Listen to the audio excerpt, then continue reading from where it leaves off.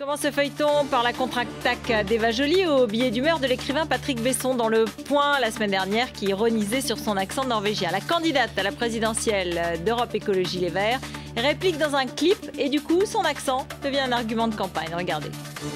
Je suis venue en France à 20 ans parce que ce pays était pour moi un rêve. Je suis tombée amoureuse de la France, de ces territoires si riches et si variés. Et je vis maintenant depuis 50 ans. Qui peut douter que je ne sois un Français convaincu? comme tant d'autres qui sont nés loin d'ici. Je suis français par choix et par conviction.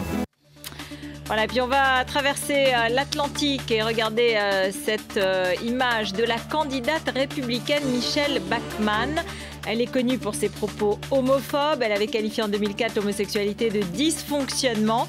Il y a quelques jours en Caroline du Nord, un petit garçon de 8 ans l'a interpellée à ce sujet. Regardez. You said it, but you know, I think my ears were too far away. Do you want to come a little closer?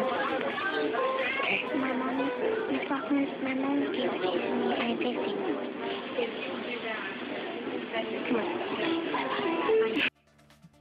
Voilà, et puis on finit avec l'image de Marat Safin. Il avait délaissé les cours, il se retrouve désormais à la Douma.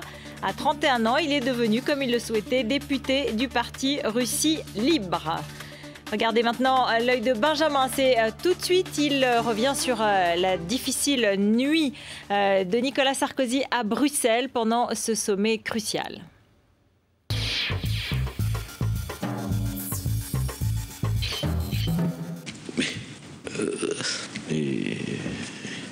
Oui, il y a des signes et des gestes qui ne trompent pas. Et cette nuit à Bruxelles, le président Sarkozy donnait une légère impression de résignation.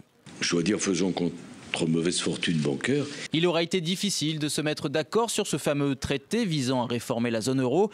9 heures de tractation épuisantes, à tel point qu'après le temps de la résignation, le président ne cachait plus son irritation. J'aimerais pouvoir dire que les conférences de presse à 6 heures du matin, c'est terminé et que les réunions qui durent 12 heures en pleine nuit, ce sera plus nécessaire. Oui, il est loin le temps où Nicolas Sarkozy, le torse gonflé, entendait bousculer l'Europe. Il ne peut pas y avoir d'Europe forte si l'Europe est désunie. 3 ans et une crise plus tard, le président semble plus hésitant.